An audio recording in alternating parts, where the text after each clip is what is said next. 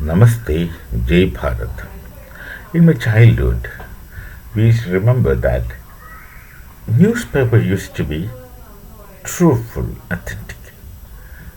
News that comes in the newspaper in print form, we used to accept it as it is without raising it out. So the point is that they used to publish only truthful news and authentic news. These kind of things were not in operation those days. For instance, sensationalism was out of question. Fake news were totally out of question.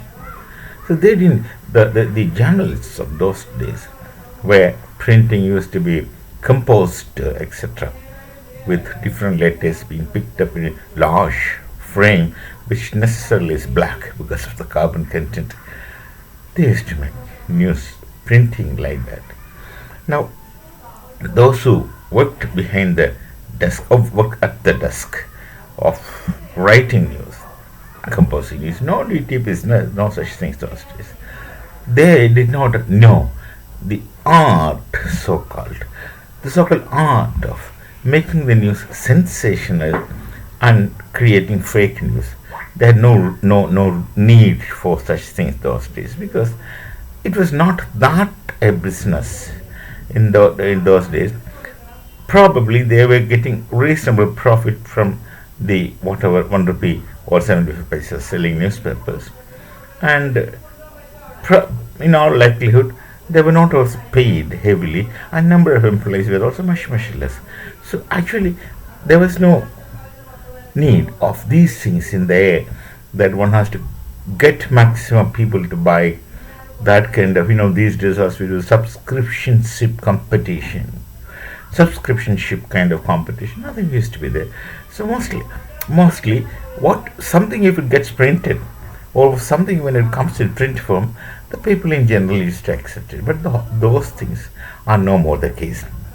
There is cutthroat competition between one another.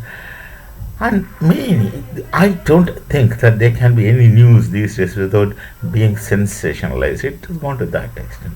So everything loses credibility, acceptability, and now no one believes things totally.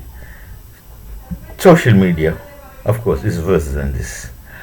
So why I said this is that a lot of fake news is coming into action. Fake news. No, the reason behind I would speak about two kinds of fake news. One is very deliberately, wantingly do it, and second is an inadvertent kind of mistake. Let me talk about the inadvertency in fake news. Let's see what happens. Now, this is a psychological problem that, like the Muslims normally do, they had done it in Bharat before partition. So, someone who sits and thinks for things that others also think like him, or under similar situations they don't understand others have a different way of doing it, so others have a different logic of doing it. That is the shortcoming of the person who's thinking. He is unable to go to a wider spectacle or wider spectrum to understand there can be people different from me in such situations. Either he doesn't understand, or he is unable to envisage, or he simply doesn't know. He thinks whatever he thinks is the ultimate thing. So because of this, some of the news that gets created is inadvertently lies, just because they think that others also behave like him. I'm talking about another thing is deliberate simply creation. I'm talking about the news that came in the European media. Some English post, I don't want to name the press, were trying to create a narrative that Bharat, this is interesting, Bharat is instrumental in creating imbalances in countries around us. Now look at this. There is a say in Hindi, chori or sina jori. You do the mistake and you put the blame on others. You have created the mistake. You have created the narrative, and you put the blame on someone else. That kind of lie and deceit. Lie and deceit was taught to you right from Francis Bacon's time or Machiavelli's time. They say that Bharat was instrumental. Bharat explicitly they accuse Bharat of creating imbalances and disturbances in smaller states like Maldives, Sri Lanka, Bangladesh, Nepal, Bhutan also, and surrounding countries.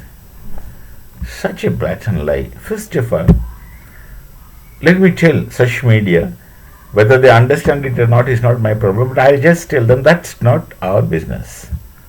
That's not our way of doing things. We have better things to do in our own nation within. We have a lot of work to do in our nations. Our people also have a lot of work to do. Instead of poking our noses into others' affairs, number one. Number two, just take our history. Please do some reading of history. Was there any instance in the past, in ancient times, I'm talking about even in ancient times, that my nation had invaded any other nation for anything? There must have been differences of opinion among our own kings. They're all Bharatiyas sharing the same Sanskriti. But other than that, we haven't. We had the concept of Bharatvarsha. We always had a concept of Bharatvarsha. We had the concept of Jambutiba, Bharatavarsha, then Aryabharta, Dakshinapatha, all those things we had. So we had the concept of Bharatvarsha. We were into smaller princely states or kings. But we were one. We were one because we all knew that we are all Bharatiyas because we share the same Sanskriti. They must have petty feuds among them, but they had a logic and ethic in their kind of misunderstandings and aggressions and settling their own disputes in their own manner. We never attacked anyone outside Bharat. Everyone understand it. Of course, the Jews of much later nation had not done so. They have not attacked anyone from their side. So we also have not attacked anyone from our side. We have only retaliated. Same, the Jews have only retaliated. No, listen, the Jewish retaliation is in big screen. Our retaliation is in smaller screen because they have to exist, and we are much more people in number, and we can afford to retaliate in smaller screens. They say that we have destroyed. What do we care? We don't think that Bharat's time and energy and space to spend on this kind of destructive, negative things. What do we gain by disturbing Maldives? We don't want domination. Like many others, many of you want to dominate other places. Somebody would ask a control over a small island near a small nation, and if it's not available, they disturb the government. They can afford to disturb, so they do. See, greatness lies in when you can, but when you don't. It's a small insect in front of you when you're walking. You can stamp on the insect and go forward. They were killing it. But you can never give a life to that insect. And if you remember that, you would not kill. So you can, but you won't. See, that won't is dharma. That can and you do it, you become a brutal barbarian. That's the difference between being a human and being a barbarian. Your history is that of barbarism. Go back and look back in your history. Talk about culture. You talk about civilization. These things are not there with you in your past. That's why they create these narrative stories. I think that it's not inadvertent. Many people must be sitting and writing these things, maybe inadvertently doing, but the origin of such narratives are deliberate. To say that these people are like this, for what? You should know that these things don't stand in the world. Lies and deceits won't continue forever. Can't continue forever, but then you have very short purpose. Your purposes are immediate and for the time being, and that you don't care about tomorrow. But such funny narratives about Bharat, that we are interested in the internal matters of such nations and others, we are not. On the other hand, we try to help the maximum. You go with the logic of Hitler. Okay, the logic of Hitler is that when my people are hungry, I'll snatch from the other neighboring place and food. I'll snatch from the neighbor people and give to my people. That's his logic. Of course, I'm not telling it from myself. He had explicitly written it in Mein Kampf, right in the beginning.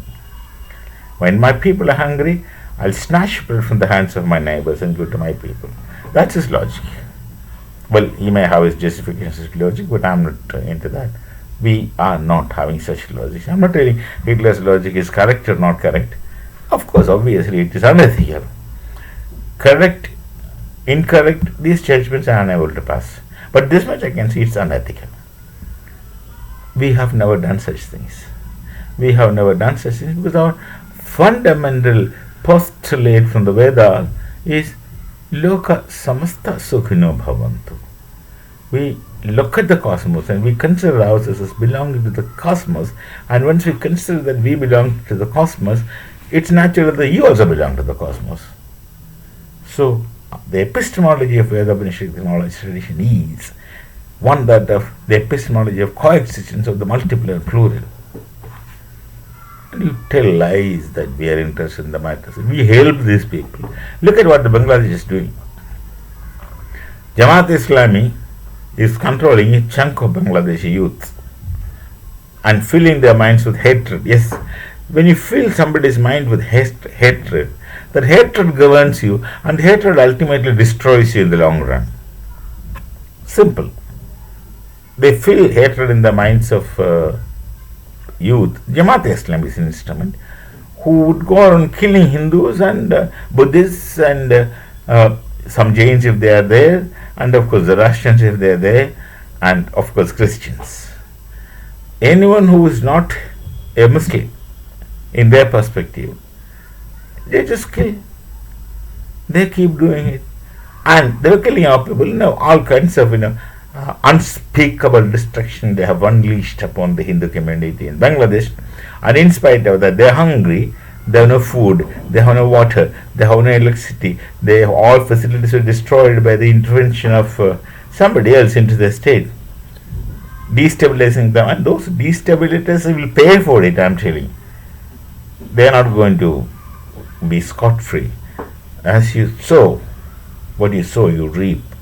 They will get it in their own manner. And you, unfortunately, you may not realize that you've been paid for what your nasty things you have done.